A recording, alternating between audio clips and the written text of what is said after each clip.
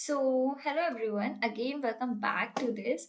तो आपको जैसे कि पता ही है हमारी एक पूरी प्लेलिस्ट चलती आ रही है। वो प्लेलिस्ट है हमारी प्रोग्रामिंग की, जिसपे हम बहुत बेसिक से एडवांस लेवल तक प्रोग्रामिंग सीख रहे होंगे। तो ऑलरेडी हमारी एक वीडियो हो चुकी है, हमारा यूनिट 1 का पार्ट 2 है। यानी कि हमने पार्ट 1 देख लिया था, यानी कि मैंने आपसे बोला था ना हम लेवल्स कवर कर रहे होंगे।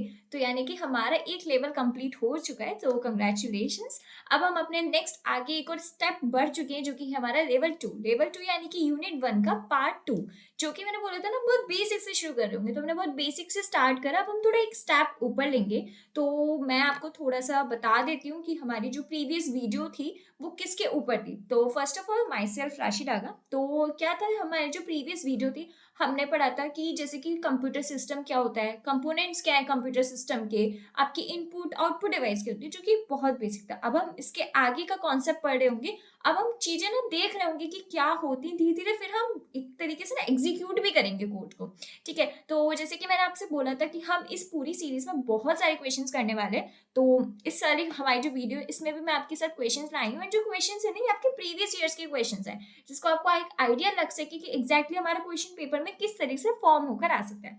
तो ये हमारी यूनिट 1 यानी कि यूनिट का नाम क्या था, introduction two components of a computer system. और ये हमारा उसका पार्ट 2 है। तो चलिए चलते हैं हम आगे। तो पहला जो हमारा टॉपिक है पार्ट 2 का, स्टोरेज। स्टोरेज क्या होता है, जो मैंने आपसे बोला था ना 3 बेसिक क्वेश्चन आने चाहिए, व्हाट व्हाई एंड हाउ। तो बस यही है कि स्टोरेज क्या होता है क्या नहीं होता। तो स्टोरेज अगर हम एक बेसिक उसमें देखें तो स्टोरेज क्या होता है कि किसी जगह को जब हम कोई सामान या फिर कोई जगह रख देते, मतलब जगह पे कोई सामान रख देते हैं, तो वो फिल हो जाता है, ऑक्युपाइड हो जाता है। यानी कि हम बोलते हैं कि यार उस जगह का ना स्टोरेज फुल हो चुका है ना। तो बस वही जैसे हम बोलते हैं ना, फोन फोन तो सभी चलाते होंगे, तो फोन पे आता है ना नोटिफिकेशन। अब आपकी क्या होता है, जब आपकी ड्राइव होती है उसमें ज्यादा से ज्यादा फोटोज जब आपके अपलोड हो जाए, तो उस पर आता है ना कि आपकी ड्राइव का स्टोरेज फुल हो चुका है। क्या मतलब एग्जैक्टली उस स्टोरेज का होता क्या है, चलिए अब हम समझते हैं। तो पहला point, the storage unit is a part of the computer system which is employed to store the informations and instructions to be processed. तो हमारा जो स्टोरेज यूनिट है एक ये पार्ट ही है कंप्यूटर सिस्टम का। तो मैंने आपको बताया था हमारी जो पूरी यूनिट हो रही है वो कंप्यूटर सिस्टम पे है। यानी कि हम जो टॉपिक पढ़ेंगे ना सब चीज रिलेटेड होने वाली कंप्यूटर सिस्टम से। तो इसलिए मैंने बोला था कि आप फर्स्ट वीडियो में ना हम फैमिलियर हो जाते हैं, जिससे हम यूज करने वाले हैं। तो मैंने थोड़ा आपको फैमिलियर बनवाया था। तो आई होप सो थोड़ा आप बन गए होंगे कि स्टेप फैमिलियर। तो बस क्या है स्टोरेज, स्टोरेज एक आपका पार्ट है कंप्यूटर सिस्टम का, जो क्या करता है आपको स्टोर करता है इंफॉर्मेशन एंड इंस्ट्रक्शन जो कि प्रोसेस हो रहे होते हैं आगे। अब किस तरीके की इंफॉर्मेशन होगी, किस तरीके का इंस्ट्रक्शंस होंगे स्टोरेज में, बेसिकली ये कि आप क्या करते हो, आप कुछ भी चीज सर्च कर रहे होते हो या फिर आप अपने एंटर करवाते हो डेटा। तो आप अपने अपने लैपटॉप पे डेटा एंटर करवाने के बाद उसको सेव कर देते हो। यानी कि एक वो एक जगह ना पूरी मेमोरी की एक जगह वो स्टोर हो जाता है। तो यही बोलना चाहते हैं कि स्टोरेज आपका एक पार्ट है कंप्यूटर सिस्टम का, जो कि क्यों यूज होता है, जो इन्फॉर्मेशन आपने दी है और जो इंस्ट्रक्शंस आपने दिए हैं वो वहां पे जाके स्टोर हो पाए। ठीक है, storing device is a hardware that is used for storing, porting और extracting data files. Storage device एक तरीके का हार्डवेयर है जो क्या करता है, जो कि यूज होता है, मैंने बताया आप डेटा स्टोर करते हो, आप डेटा को पोर्ट भी कर सकते हो, डेटा को एक्सट्रैक्ट भी कर सकते हो, आप किसी को शेयर कर सकते हो। जब आप स्टोर करोगे पर्टिकुलर जगह पे, आप उसमें बाद में जाके एक्सेस कर सकते हो, उसमें मॉडिफाई कर सकते हो डेटा को, आप बाद में जाके शेयर भी कर सकते हो। This is all basically nothing, it's a storage. ठीक है, थर्ड पॉइंट आता है, it can also store information या फिर data which is both temporary and permanently.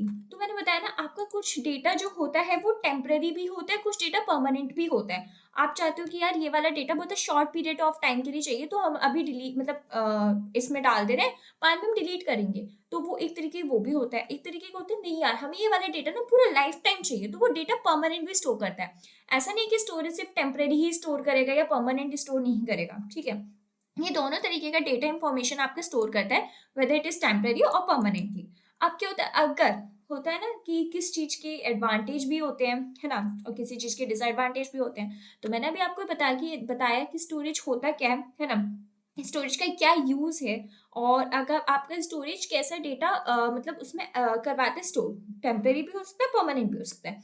अगर यही वाला point, without a storage device a computer would not be able to run or even boot up. यानी कि अगर स्टोरेज डिवाइस नहीं होगा ना, आपका कंप्यूटर रन भी नहीं कर पाएगा। अब आप खुद सोचो, आप कंप्यूटर में कुछ काम कर रहे होगे, है ना। अब आपने सोचा कि यार अभी आप कुछ प्रोग्राम लिख रहे हो, है ना।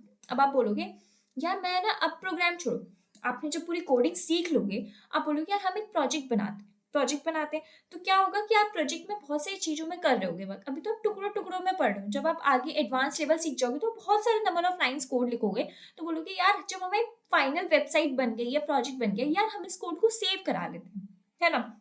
अगर आपके पास स्टोरेज ही नहीं होगा तो आप कहाँ सेव कराओगे? कहीं सेव नहीं होगा। फिर आपको क्या हो जाएगा, जो कंप्यूटर है उस पर्टिकुलर टाइम के लिए तो चल जाएगा, बाद में क्या करेगा? बाद में वो डेटा तो मिस हो जाएगा ना। तो स्टोरेज बहुत ज़्यादा इंपॉर्टेंट पार्ट है, विदाउट स्टोरेज आपका कंप्यूटर रन ही नहीं करेगा। ठीक है, तो आप आई होप सो आपको पता चल गया होगा कि हमारा स्टोरेज क्या होता है, स्टोरेज की मतलब बेसिक डेफिनेशन क्या है, स्टोरेज एग्जैक्टली करता क्या है, कि डेटा को स्टोर करता है, पोर्ट करता है, एक्सट्रैक्ट भी करता है डेटा को। और जो आपका ये जो स्टोरेज है, आपकी जो डेटा और इन्फॉर्मेशन होता है कैसे स्टोर करता है, टेम्परेरी स्टोर करता है या परमानेंट स्टोर करता है। अगर स्टोरेज डिवाइस ना हो तो कंप्यूटर आपका नहीं चल पाएगा। मैंने यहाँ पे कुछ आपको पिक्चर बनाई है कंप्यूटर स्टोरेज डिवाइसेस की, कि जो आपको होगी जैसे सीडीज वगैरह होती है, पेन ड्राइव, आपको ये पता है। तो आई होप से आपको पहली स्लाइड समझ में आ गई होगी कि व्हाट इज स्टोरेज बेसिकली। ठीक है। नेक्स्ट आता है types of store computer storage devices. मतलब ये क्वेश्चन ना डायरेक्टली उठ के आ जाता है, तो मैं बोलूँगी ये टॉपिक्स अब आप बहुत ध्यान से सुनना, ठीक है? क्योंकि आगे मैं आपको ना कुछ स्लाइड्स बाद क्वेश्चंस दिखाऊंगी, क्वेश्चंस कैसे कैसे आए हैं। एंड क्वेश्चंस ना रिपीटेडली, मतलब हर एक साल के अगर आप क्वेश्चन पेपर देखोगे ना प्रीवियस ईयर का, एक क्वेश्चन है स्टोरेज डिवाइसेस से तो उठ के आया ही आया है। ठीक है, अब टाइप्स क्या होते हैं स्टोरेज डिवाइसेस के? पहला होता है प्राइमरी स्टोरेज डिवाइस, सेकंड होता है मैग्नेटिक स्टोरेज डिवाइस, थर्ड होता है आपका फ्लैश मेमोरी डिवाइस, ठीक है, फोर्थ होता है आपका optical storage device, and the fifth one is cloud and virtual storage. तो ये आपके टाइप्स हैं टू कंप्यूटर स्टोरेज डिवाइसेस के, ये आपको बेसिकली याद करने पड़ेंगे। ठीक है। अब आता है पहला प्राइमरी स्टोरेज डिवाइसेस। अगर जिसने पहले वीडियो नहीं देखी ना, जाके चेक करके आओ, क्योंकि मैंने आपको वहीं पे कॉन्सेप्ट बताया था रैम और रोम का।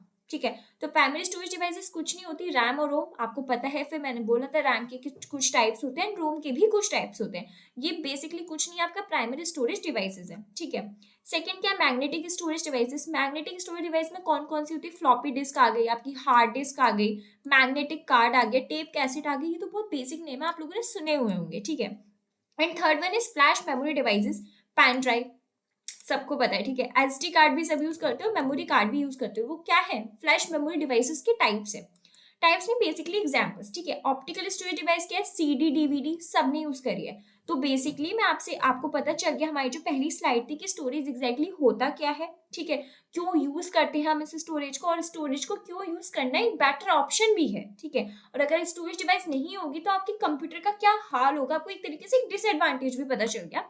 और आपको नेक्स्ट लाइन में पता चल गया कि स्टोरेज डिवाइसेस होते कौन कौन से हैं। ठीक है, अब पर्टिकुलरली इतना डीप में ये वाला कॉन्सेप्ट नहीं पूछा जाता, आपको एक जस्ट ओवरव्यू होना चाहिए कि ये आपके टाइप्स हैं। ठीक है, और प्राइमरी ये मैं आपको बता देती हूँ कि क्या है, ये आपके ना टाइप्स हैं कंप्यूटर स्टोरेज डिवाइसेस के। और फिर मैंने ये भी बता दिया कि प्राइमरी स्टोरेज डिवाइसेस क्या होती है, एक एक करके आपको बता दिया कि हाँ आपको ना इन नेम्स का आइडिया होगा, क्योंकि इतना बेसिक तो आजकल टेक्नोलॉजी इतनी एडवांस हो गई है, तो आई थिंक आपको सबको आइडिया होगा what is CD, what is DVD, pen drive, SD card, memory cards. तो मैंने आपको ये बेसिक टाइप्स भी बता दिए। ठीक है, अगर स्टिल आपको कोई डाउट हो, you can ask me in comment section, I will give you a reply off it. And the next and the most important thing जो कि है स्टोरेज क्लासेस इन सी, बहुत ज्यादा इंपॉर्टेंट है, क्योंकि मैंने आपको बताया था हमारी जो प्रोग्रामिंग होने वाली है सी लैंग्वेज में होने वाली है। लैंग्वेजेस बहुत होती हैं, जावा हो गई, पाइथन हो गई, सी हो गई, सी प्लस प्लस हो गई, बहुत सारी लैंग्वेजेस होती है। पर हमारी जो ये प्रोग्रामिंग होगी वो बहुत हम बेसिक से शुरू करें, विच इज सी। तो अब स्टोरेज क्लासेस सी में क्या होती है, और ये बहुत ज्यादा इंपॉर्टेंट टॉपिक है और बहुत रिपीटेटिवली पूछा गया है, तो please be attentive on that slide और अपने नोट्स बनाने स्टार्ट कर दो। ठीक है, पेन और नोटबुक लेके बैठ जाओ। तो स्टोरेज क्लासेस इन सी क्या होते हैं? C storage classes are used to describe the features of a variable और फंक्शन। अब आपको मैंने बोला था ना, आप कोई सा भी टॉपिक पढ़ो तो आपके माइंड में एक डाउट आना चाहिए कि क्या है इसका मतलब। एंड मुझे लगता है आपको ये वर्ड का मतलब नहीं समझ में आएगा, what is variable and what is function. और अगर नहीं समझ में आए दैट्स टोटली फाइन, क्योंकि आप आगे चल के पढ़ोगे। बट मैं आपको थोड़ा एक ओवरव्यू दे देती हूँ, क्योंकि यहाँ पे ये यूज हुआ है। ठीक है, वेरिएबल आप ऐसे मान लो, भूख तो सबको लगती है। ठीक है, तो क्या होता है, जो मम्मा लंच देती है ना, मैं जब हम स्कूल में होते थे हमें मम्मा लंच देती थी। ठीक है, तो लंच में ना फ्रूट्स रख दिए, तो आपने फ्रूट्स की एक जगह डिफाइन कर दी, कहाँ है वो? लंच बॉक्स में है। तो बेसिकली यही चीज होता है, वेरिएबल के अंदर वेरिएबल्स वो होते हैं जहां आप उनके अंदर उनकी जो नंबर्स आप उनको डिफाइन करते हो बेसिकली। बस अभी के लिए इतना समझ लो, ज्यादा हम डीप में नहीं जाएंगे क्योंकि आगे आने वाले जो अपकमिंग लेक्चर होंगे ना, मैं आपको इसमें बहुत ज्यादा रियल लाइफ एग्जाम्पल दे रही होंगी, तो इसमें आपको कोई इशू नहीं होना है। एंड अब आता है दूसरा, व्हाट इज फंक्शन। फंक्शन आप ये मान लो कि आपको ना कोई काम से बचा रहा है, वैसे भी हम काम चोर तो है ही, तो आपको क्या है, फंक्शन काम से बचा रहा है, आपको वो काम बार बार ना करना पड़े। आप एक कुछ लाइन का कोड ऐसा लिखते हो कि वो ना रिपीटेटिवली होता रहे, आपको कुछ ना करना पड़े, जब जब वो चीज मैच ना हो ना, वो चीज जब तक खत्म ना हो जाए, जब तक वो काम रिपीटेटिवली करते रहो, विच इज फंक्शन। नहीं समझ में आया, डोंट वरी, मैं फिर से बोल रही हूँ क्योंकि आगे आने वाले लेक्चर्स में हम बहुत ज्यादा डीप में पढ़ने वाले हैं ये चीजें, क्योंकि ये हमारी एक तरीके से बेसिक होंगे हमारी प्रोग्रामिंग की तरफ, ठीक है। बट अभी तो मैं आपको प्रोग्रामिंग से पहले ना ये कंप्यूटर से आपको थोड़ा प्यार सा करवा रही हूँ, थोड़ा इसके साथ ना फैमिलियर होना करवा रही हूँ, ठीक है। तो आपको पता होना चाहिए, अब हम जब चीजें यूज कर रहे तो पता तो होनी चाहिए। अब जैसे क्या होता है, हम फ्रेंडशिप करते हैं, है ना, हमें सामने वाले पर्सन का बिहेवियर पता होता है, नेचर पता होता है कि वो किस बात पे गुस्सा कर देगा, किस बात पे नहीं। तो same thing goes with that. अब आप जब कंप्यूटर सिस्टम के साथ अपने एक रिलेशन रखोगे तो उसको भी तो पता होना चाहिए ना कि उसके अंदर क्या क्या क्वालिटीज हैं। तो मैं आपको सिर्फ एक तरीके से भी क्वालिटीज बता रही हूँ कि क्या क्या क्वालिटीज है। तो बस सी स्टोरेज क्लासेस सिर्फ इसलिए यूज होती है जिससे कि आप वेरिएबल या फंक्शन के फीचर्स बता पाओ। फीचर्स मतलब उनकी क्वालिटीज बता पाओ कि वेरिएबल के अंदर ये चीज स्टोर हुई तो उसकी क्या खासियत है, अगर फंक्शन बना है तो उस चीज की क्या खासियत है, अब क्वालिटीज निखार रहे हो बस, ठीक है। ये features basically include the scope, visibility and lifetime, which helps us to trace the existence of a particular variable during the run time of the program. अब माइंड में फिर से क्वेश्चन आएगा, what is scope, what is a run time, आगे बताऊंगी but अभी थोड़ा hint दे देती हूँ। स्कोप आप ये मान लो, आप क्या है, जब आप घर में होते हो तो घर में किस चीज की किन की चल रही होती है, ऑफकोर्स आपके पेरेंट्स की चल रही होती है, आप पेरेंट्स के अंडर कंट्रोल होते हो। और जैसे आप घर से बाहर निकलते हो, ठीक है, स्कूल जाते हो, आप उनके स्कोप से बाहर आ गए। स्कोप मतलब आप उनकी जो बातें, वो जो बोलते थे ना, उनके अंडर कंट्रोल में अब आप नहीं है। Like if you are a college student तो अब आप अपने मम्मा पापा के अंडर में तो हो ही नहीं, तो आपका एक स्कोप हट गया वहां से।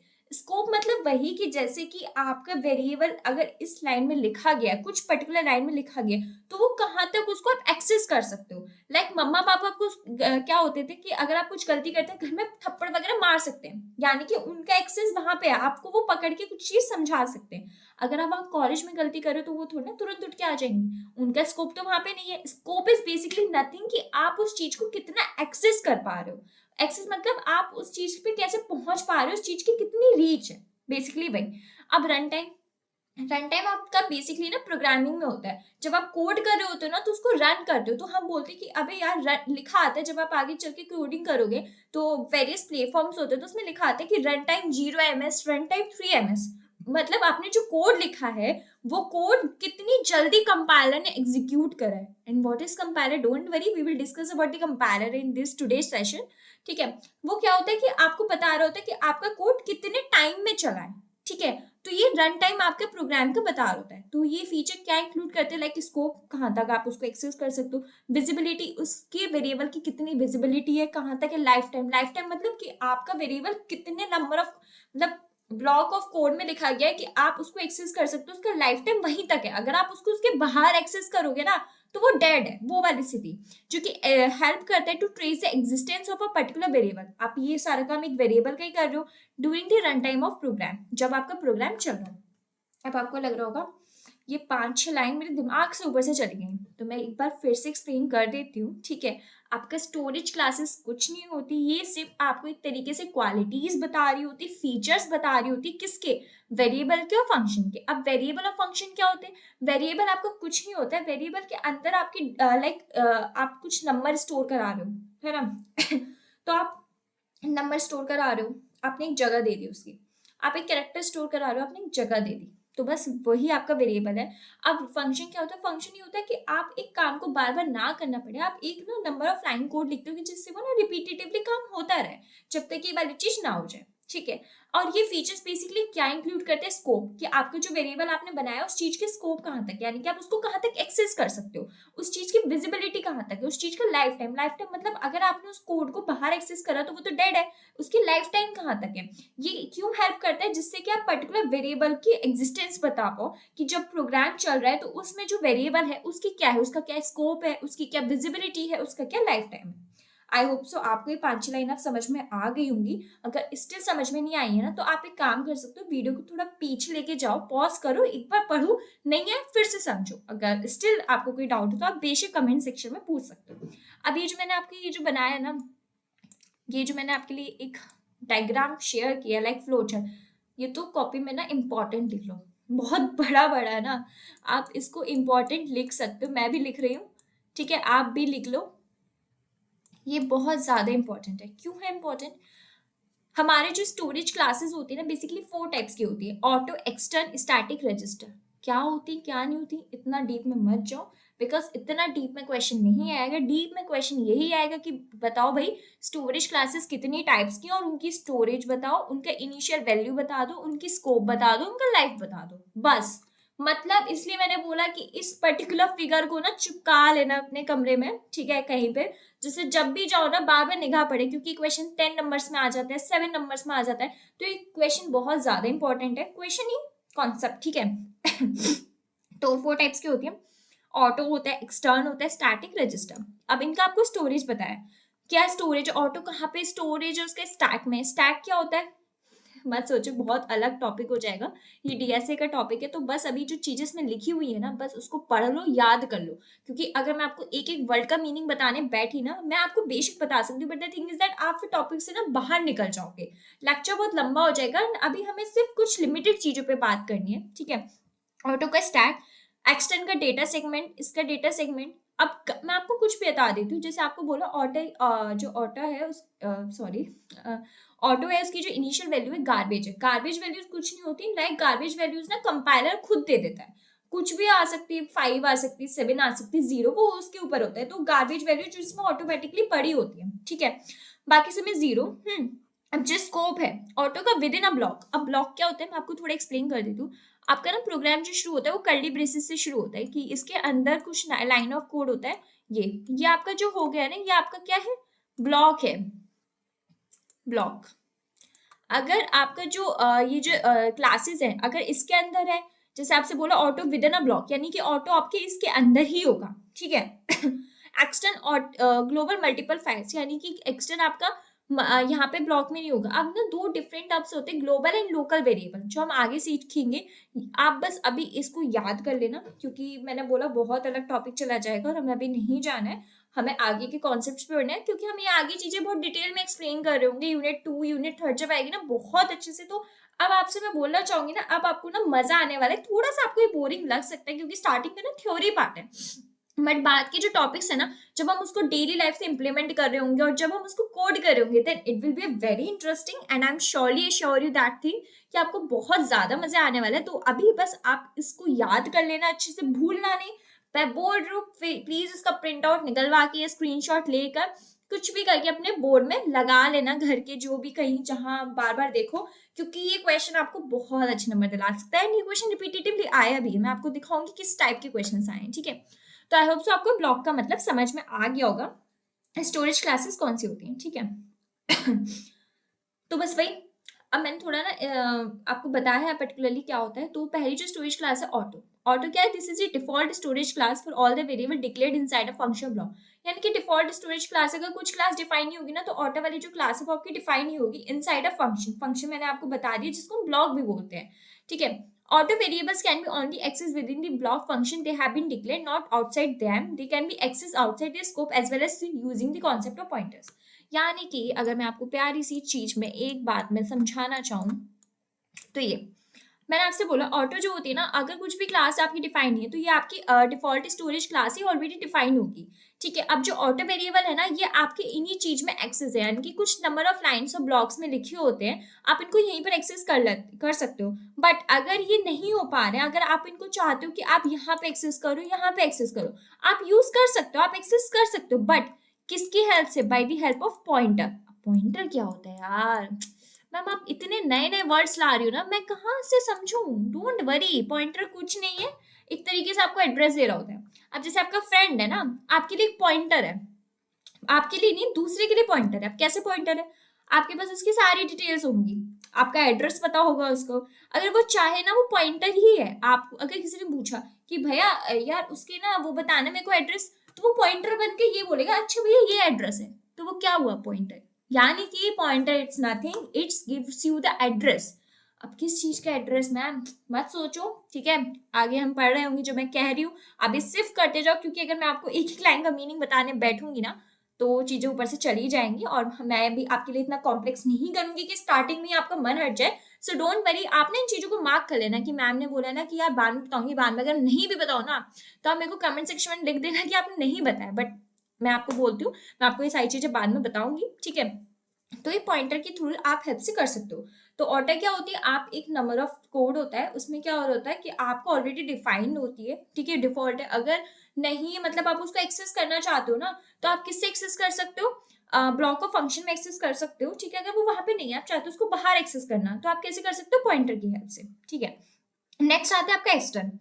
External storage class simply tells us that the variable is defined elsewhere and not within the same block where it is used. ये आपको बताता है कि जो आपका वो है ना वेरिएबल, आपको उस लाइन ऑफ कोड में डिफाइन नहीं हुआ, कहीं और डिफाइन हुआ है जहां पे आप उसको एक्सेस नहीं कर सकते। सेम ब्लॉक नहीं है, ये वाला ब्लॉक नहीं है, उसका कुछ और जगह वो डिफाइन हुआ है, ठीक है। Static क्या है? This storage class is used to declare a static variable which are popularly used while writing programs in C language. ये जो storage class है वो क्यों यूज की जाती है? It is used for static variables. Static variables क्या होते हैं? Constant variables ही होते हैं जिनको आप एक ही जगह डिफाइन कर सकते हो। लाइक अभी मैं आपको नहीं बताऊंगी, बस आप इतना समझ लो कि ये आपके ना कांस्टेंट ही होते हैं, ठीक है, ना कंफ्यूजन हो जाएगी आपको। कांस्टेंट होते हैं, ठीक है, जो कि प्रॉपर्ली यूज होते हैं जब आप सी लैंग्वेज में कोड कर रहे हो, तो जो कि हम आगे करेंगे। Static variables have the property of preserving their value even after they out of the scope. इनके पास ये क्वालिटी होती है कि ये अपनी वैल्यू को स्टोर करवा सकते, प्रिजर्व करवा सकते हैं, अगर वो आउट ऑफ स्कोप भी है ना। स्कोप मतलब यही आपका ये ना आपका बेसिकली स्कोप हो गया, अगर वो इससे बाहर भी है ना तो भी वो अपने वेरिएबल को क्या कर सकते हैं, एक तरीके से उसको एक्सेस कर सकते हैं ठीक है। And the next one is register. Use a register storage class when you want to store your local variables. Local variables वही होते हैं, ये जो आपके अंदर डिफाइन हुए ना, ये कुछ भी नहीं है, इनको आप बोल सकते हो लोकल वेरिएबल्स। अपने ही है, दूर थोड़ी ना है, पराया थोड़ी ना है, लोकल ही तो है। बाहर जो होते हैं ना, हम बाहर वाले जो जितने भी वेरिएबल्स होते हैं हम उनको बोलते हैं ग्लोबल वेरिएबल्स, क्योंकि भाई उनको पूरी दुनिया एक्सेस कर सकती है, वो वाला काम, ठीक है। तो ये अगर आप चाहते हो कि अगर आप चाहते हो कि आप स्टोर कराओ local variables within a function, then you have to use the register storage classes and in CPU registers instead of RAM to have a quick access in these variables, ठीक है। तो I hope so आपको ना ये समझ में आ गया होगा कि व्हाट इज स्टोरेज क्लास, ठीक है।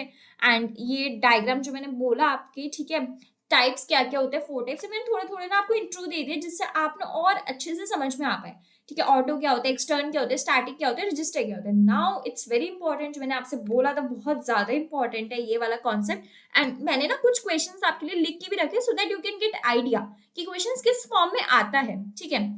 तो ये मैंने आपके लिए कुछ लिख कर भी रखा है। And the thing is that कि ये ना आपके प्रीवियस में बहुत बार बार रिपीट हुआ है, तो प्लीज पढ़ लेना। Like discuss various storage classes which is used in C including the details of storage place, default value, scope and life time. देखो स्टोरेज, स्कोप, लाइफ टाइम मैंने बताया था ये इंपॉर्टेंट है, तो आपकी यही होगी और आपको ये डिफाइन भी करना है, ठीक है। आपका आंसर यहीं पर है। Explain detail about all the storage classes with proper example. आपको मैंने बता दी स्टोरेज क्लासेस क्या होती है। Brief the storaging class in C with proper example. तो आप सोच रहे हो ना कितनी बार ये मल्टीपल टाइम्स रिपीट हुआ है, एक ही क्वेश्चन को इन्होंने स्टोरेज क्लासेस को बहुत बार पूछे गए। तो प्लीज इस वाले टॉपिक को अच्छे से पढ़ लेना, अगर कुछ भी डाउट हो तो आप कमेंट सेक्शन में पूछ सकते हो, ठीक है। And the next and a very most important concept is operating system. भाई अगर ये चीज नहीं होगी ना, जिंदगी में तहलका आ जाएगा। ऐसा मैं क्यों बोल रही हूँ बताती हूँ। Operating system acts as an interface between the software and the different parts of the computer or the computer hardware. Like हम जैसे यूजर है एंड कंप्यूटर्स का ये जो सॉफ्टवेयर जो है क्या बोलते हैं, अंदर की जो सॉफ्टवेयर एक तरीके से इंटरफेस का काम कर रहे हैं। इंटरफेस का क्या काम कर रहा है कि सॉफ्टवेयर जो है अंदर के, and the different part of the computer या कंप्यूटर के हार्डवेयर। लाइक आप कुछ काम कर रहे हो ना, अगर ऑपरेटिंग सिस्टम एक मीडिएटर का काम कर रहा है, आप कुछ भी इनपुट करवा रहे हो ना, वो एक मीडिएटर का काम करे जिससे कि वो बाद में सॉफ्टवेयर के पास पहुंच सके, कुछ प्रोसेस वगैरह हो और वो बाद में हमें रिटर्न करके दे दे। तो ये किसके थ्रू हो रहा है? By the help of operating system. तो operating system is nothing, it's just an interface between the human and the computer software to make it very easy, आसान बनाने के लिए, ठीक है। Operating system helps in improving the computer software as well hardware. ये क्या करते हैं? हेल्प भी करते हैं जिससे कि आपका कंप्यूटर का जो सॉफ्टवेयर है और जो कंप्यूटर का हार्डवेयर है वो और इंप्रूव हो पाए। Without OS it become very difficult for any application to be user friendly. मैंने बोला ना, अगर ओएस नहीं है, ऑपरेटिंग सिस्टम नहीं है, बहुत ज्यादा डिफिकल्ट हो जाएगा कि एप्लीकेशन यूजर फ्रेंडली नहीं। अब यूजर फ्रेंडली एप्लीकेशन आप किसको बोलते हो? आप उनको बोलते हो जो जल्दी से हमारा क्विकली काम करके दे दे, है ना, जिसमें सब कुछ सॉर्टेड हो, आपको ज्यादा मेहनत ना करनी पड़े, and these are called user friendly web things. तो अगर ओएस ना हो तो आपकी जो बहुत ज्यादा डिफिकल्ट हो जाएगा किसी भी एप्लीकेशन के लिए यूजर फ्रेंडली बनना, ठीक है। The operating system works as a communication channel between system hardware system software. Channel बोलो, कम्युनिकेशन चैनल या इंटरफेस, बेसिकली वही कि कंप्यूटर हार्डवेयर कंप्यूटर सॉफ्टवेयर के बीच में एक इंटरफेस, लाइक दीवार बोलते हैं ना, जैसे कि आप बोल सकते हैं ये आपका कंप्यूटर का सॉफ्टवेयर है एंड आपका ये कंप्यूटर का हार्डवेयर है, इसके बीच में आपका ना ओएस रखा हुआ है, ठीक है, जिसकी वजह से आप आसानी से ना उस चीज को बता पा रहे हो, समझा पा रहे हो कि आप एक्सप्लेन करना क्या चाह रहे हो। It is one of the most important part of the system and hence it is present in every device whether large or small device। ये बहुत ज्यादा इंपॉर्टेंट हो, ऐसा नहीं है कि अगर आप बोलो कि भाई हमारा लैपटॉप तो बहुत पुराना है, नहीं भाई, हर चाहे पुराने से पुराने, चाहे छोटी से छोटी डिवाइस हो या बड़ी से बड़ी डिवाइस हो, ऑपरेटिंग सिस्टम हर एक उसमें होता है, ठीक है। तो मैंने आपको कुछ एग्जांपल्स ये ऑपरेटिंग सिस्टम के, जैसे कि विंडोज हो गया, विंडोज 8 हो गया, लाइनक्स हो गया, मैक हो गया, एंड्रॉइड हो गया, बहुत सारे आपको एग्जांपल्स है ऑपरेटिंग सिस्टम के। तो पता चल गया होगा ऑपरेटिंग सिस्टम क्या होता है। ये कुछ नहीं होता है, बेसिकली इंटरफेस होता है कंप्यूटर सॉफ्टवेयर कंप्यूटर हार्डवेयर के बीच का इंटरफेस, ठीक है। Functions of the operating system. Functions क्या है? Resource management, process management, memory management, security, file management, device management. क्या रिसोर्स मैनेजमेंट में क्या होता है? प्रोसेस मैनेजमेंट, ये ना कुछ फंक्शंस हैं। सिक्योरिटी ऑपरेटिंग सिस्टम में बहुत ज्यादा होती है कि कोई भी थर्ड पार्टी है आपकी डिटेल्स को एक्सेस ना कर पाए, ठीक है। रिसोर्स मैनेजमेंट की आपके जो कंप्यूटर के रिसोर्सेज है, लाइक आपको यूज करना है, कुछ भी यूज करना है, वन नोट है, बहुत सारे एप्लीकेशंस हैं। अब क्या है कि वो बहुत सारे यूजर्स यूज कर रहे होंगे, तो रिसोर्स मैनेजमेंट कैसे रिसोर्सेज को इक्वली करा जाए डिवाइड टाइम के अकॉर्डिंग, तो वो आपका ऑपरेटिंग सिस्टम देखता है। प्रोसेस मैनेजमेंट की कितनी जल्दी आपकी चीज प्रोसेस होके दे रही है, वही। मेमोरी मैनेजमेंट की आपकी डेटा कहाँ स्टोर है, कैसे स्टोर नहीं होगा, जिससे आप इजीली एक्सेसिबल कर पाओ। डिवाइस मैनेजमेंट, डिवाइस की मैनेजमेंट, लाइक कि आपके डिवाइस की सिक्योरिटी होनी चाहिए, प्राइवेसी कुछ वो ना हो जाए, वायर वो जो होते हैं ना वायरस वगैरह, लाइक दिस। फाइल मैनेजमेंट, जो आपकी फाइल्स हैं वो प्रॉपर्ली हो, तो ये कुछ फंक्शंस होते हैं ऑपरेटिंग सिस्टम के, ठीक है, जिसका एक क्वेश्चन भी आया प्रीवियस ईयर में। Discuss the functions of an operating system in brief. तो ये बहुत बेसिक है, आपको पता चल गया होगा, आप डेली टू डेली लाइफ में इसको यूज भी करते हो। अब मोस्ट इंपॉर्टेंट टाइप्स भी होते हैं ऑपरेटिंग सिस्टम के। इतने सारे टाइप्स नहीं पूछे जाते, आपके से मेनली ना ऑपरेटिंग सिस्टम क्या होता है और क्या उसके फंक्शंस होते हैं वो पूछे जाते हैं।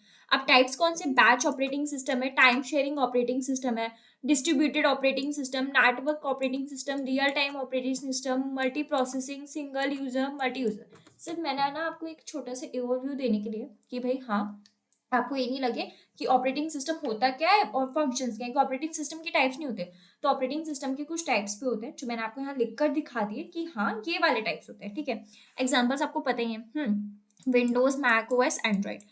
ये बस आपको बताया है कि भाई जो मैंने पिछली उसमें यहाँ पे आपको एक्सप्लेन करा था ना कि ऑपरेटिंग सिस्टम क्या होता है। ऑपरेटिंग सिस्टम इतना बड़ा टॉपिक नहीं है, हालांकि बहुत ज्यादा बड़ा टॉपिक, उसमें एक पूरा वन शॉट बन सकता है, बट आपके जो सिलेबस है ना उसमें इतना बड़ा नहीं है, क्योंकि ये बस जस्ट इंट्रो देना है कि आपको पता होना चाहिए। मैंने बताया ना आप फैमिली होने चाहिए, तो I am just giving you intro guys, कि आप ये मत सोचना बस इतना सी कॉन्सेप्ट है, इतना सा नहीं है। मैं सिर्फ आपको ना एक इंट्रो दे रही हूँ, ठीक है। तो अगर आपको कुछ भी हो आप पूछ सकते हो डाउट। एंड अब आता है बहुत इंपॉर्टेंट, अब आप समझ लो कि यहाँ से आपकी मेनली ना प्रोग्रामिंग की स्टार्टिंग हो रही है। आप अब प्रोग्रामिंग के वर्ल्ड में ना dive into the programming world, जो आपने लाइन सुनी होगी अब आप वही करने वाले हो। Concept of assembler, it's very important, क्योंकि आगे जो हम पढ़ेंगे ना असेंबलर, कंपाइलर, इंटरप्रेटर, डिफरेंसेस ना भर भर के आते हैं। अगर आप कॉलेज में भी होगे ना, आपसे ना कभी कभी ना इंटरव्यू बहुत बेसिक क्वेश्चन पूछ लेता है कि भाई कंपाइलर इंटरप्रेटर में डिफरेंस क्या है, और कभी कभी बहुत ज्यादा कंफ्यूज भी हो जाते हैं। तो अब हम क्लियर कॉन्सेप्ट पढ़ते हुए चलेंगे। कंसेप्ट ऑफ असेंबलर पढ़ते हैं पहले। क्या है? Assembler can be defined as a program that translates an assembly language program into a machine language program. अब assembler क्या एक ट्रांसलेटर है, ठीक है, असेंबली से मशीन में. अब आप सोचोगे ये असेंबली लैंग्वेज प्रोग्राम क्या है, मशीन लैंग्वेज प्रोग्राम क्या है, हमें क्या पता. मशीन लैंग्वेज प्रोग्राम बहुत बेसिक है, मैंने आपको स्टार्टिंग में बताया था 0 1. मशीन कुछ नहीं समझता सिवाय 0 और 1 के लिए, जिसको हम बोलते हैं बाइनरी भी. तो ये हमारी मशीन लेवल प्रोग्राम है. अब आती है बात असेंबली लैंग्वेज प्रोग्राम क्या होती है. तो असेंबली लैंग्वेज क्या होती है, is a low level language that helps to communicate directly with computer hardware. ये क्या है, आपकी एक लो लेवल लैंग्वेज है जो आपको हेल्प करती है जिससे आप डायरेक्टली कंप्यूटर के हार्डवेयर से ना आप कम्युनिकेट कर पाओ. ठीक है, हम क्या करते हैं, हम जो कोड करते हैं ना हाई लेवल लैंग्वेज में होता है. 3 तरीके की लैंग्वेज होती है, ठीक है. हम जो कोड करेंगे ना वो होगा हाई लेवल लैंग्वेज, और जो कि हमारा उसमें जाएगा कंप्यूटर में वो लो लेवल लैंग्वेज होगा, जो कि हम बेसिकली उसको हम असेंबली लैंग्वेज भी बोलते थे. बाद में हमारा क्या होता है, मशीन लेवल लैंग्वेज. ठीक है, तो बेसिकली हाई लेवल लैंग्वेज क्या होती है, इंग्लिश जो हम लिखते हैं ना कि like print this header file, वो आपका हाई लेवल लैंग्वेज. अब कंप्यूटर को तो ये चीज समझ नहीं आएगी तो उसको 0 1 में बताना पड़ेगा. और 0 1 में क्या करेगा, 0 1 में असेंबलर पहुंचाता है. असेंबलर क्या करता है, असेंबली लैंग्वेज प्रोग्राम यानी कि हाई लेवल को और थोड़ा सा कम उसमें बनाता है, छोटे से उसमें और ब्रेक करता है. फिर असेंबली लैंग्वेज से वो मशीन लैंग्वेज प्रोग्राम में कन्वर्ट होती है, यानी कि 0 1 में, जिससे कि वो आपका लैपटॉप या जो कंप्यूटर सिस्टम है वो आपका समझ पाए कि what do exactly want to say. ठीक है, और जो आउटपुट जनरेटेड होते हैं ना असेंबलर से, वो आपका ऑब्जेक्ट कोड मशीन कोड होता है जो कि कंप्यूटर से हो जाए. मैंने क्या बोला, असेंबलर क्या, आपका असेंबलर क्या करता है, असेंबली लेवल को मशीन में करवाता है. जब उसका जो असेंबलर का जो कोड होगा, मतलब जो फाइनल आउटपुट निकलेगा वो मशीन लैंग्वेज का होगा, जिससे वो डायरेक्टली इतना इजी होता है ना कंप्यूटर को समझना कि वो तुरंत समझ जाता है कि क्या है क्या कोड नहीं. Assembler is basically the first interface that is able to communicate humans with the machine. Assembler एक हमारा पहला ऐसा इंटरफेस था जो कि डायरेक्टली कम्युनिकेट कर सकता था मशीन के साथ. ठीक है, क्योंकि हम तो मशीन से बातचीत नहीं कर सकते ना, ये थोड़ा ना बोल सकते हैं अब इस कंप्यूटर सिस्टम से कि हाय आप कैसे हो, ये थोड़ा ना बोल सकते हैं. जब हम उसको कोड लिखेंगे तो असेंबलर उसको कन्वर्ट करेगा, फिर मशीन अपनी भाषा में समझेगा, then it will give the output. Okay, अब जो कोड है रिटन होता है असेंबली लैंग्वेज में, सम सॉर्ट ऑफ इंस्ट्रक्शंस होते हैं like add, mul, mux, sub, div, move and so on. अब आप सोचोगे क्या, add is just a numbers of, आप 2 नंबर्स रखेंगे and you have to add it. Mul क्या होता है, मल्टीप्लेक्सर बोलते हैं मक्स को, तो इतना मत जाओ. ठीक है, क्योंकि लॉजिक डिजाइन का सब्जेक्ट हो जाएगा, हमें नहीं घुसना है. बेसिकली जो कोड होता है ना असेंबली लैंग्वेज में बहुत सारे इंस्ट्रक्शंस में लिखा होता है, and the assembler is basically able to convert these mnemonics in binary code, and इसको हम बोलते हैं इंस्ट्रक्शंस. यानी कि मैंने बताया ना कुछ लाइन ऑफ इंस्ट्रक्शन दे रखे होते हैं कि जैसे हम, मैंने बोला कि मुझे कंप्यूटर से क्या चाहिए कि वो मैं उसको 2 नंबर इनपुट कराऊं, वो मेरे को उसका सम दे. तो मैं बोलूंगी ना कि प्रिंट तो बाद में कि add these 2 numbers and print the sum of that it. अब उसको थोड़ा ना समझ में आएगा. बस असेंबलर क्या करेगा, कुछ इंस्ट्रक्शंस लेगा, फिर उसको मशीन लेवल लैंग्वेज में कन्वर्ट करेगा, फिर उसको समझ में आएगा कि मशीन लेवल कौन सी होती है, 0 1 जो मैंने बताया वो उसमें कन्वर्ट करेगा, फिर हमें आउटपुट आता है. तो असेंबलर एक तरीके से ना ट्रांसलेटर मीडिएटर है, तो वही है हमारा असेंबलर भाई. Assembly code, assembler, machine code, जो कि होता है 0 और 1. ठीक है, इंट्रोडक्शन टू कंपाइलर्स. कंपाइलर जब आप कोडिंग करोगे ना, जब हम कोड लिख रहे होंगे तो हम कंपाइलर से ही उसको कंपाइलर सेटअप करते हैं. रन एक ऑप्शन होता है हमारा रन करवाने का, तो हम कंपाइल करवाते हैं उस प्रोग्राम को. क्या होता है compiler, a compiler is a software that typically takes a high level language, जो मैंने बताया like C plus plus, Java, C code as input में लेता है and convert C input to lower level language at once. अब आपकी lower language क्या हो गई भाई, मशीन, यानी कि 0 और 1.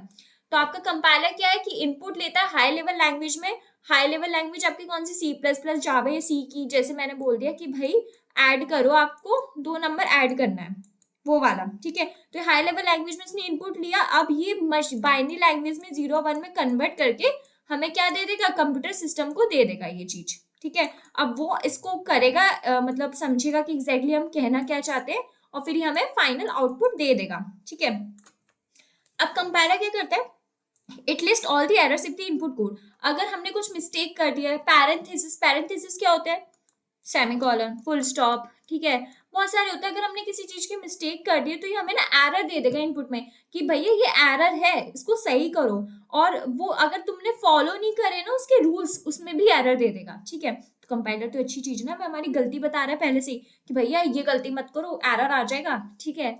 अ program which is input to the compiler is called a source program. अब जो हम कंपाइलर को इनपुट देते हैं हायर लेवल लैंग्वेज में, हम उसको क्या बोलते हैं, सोर्स प्रोग्राम, ठीक है।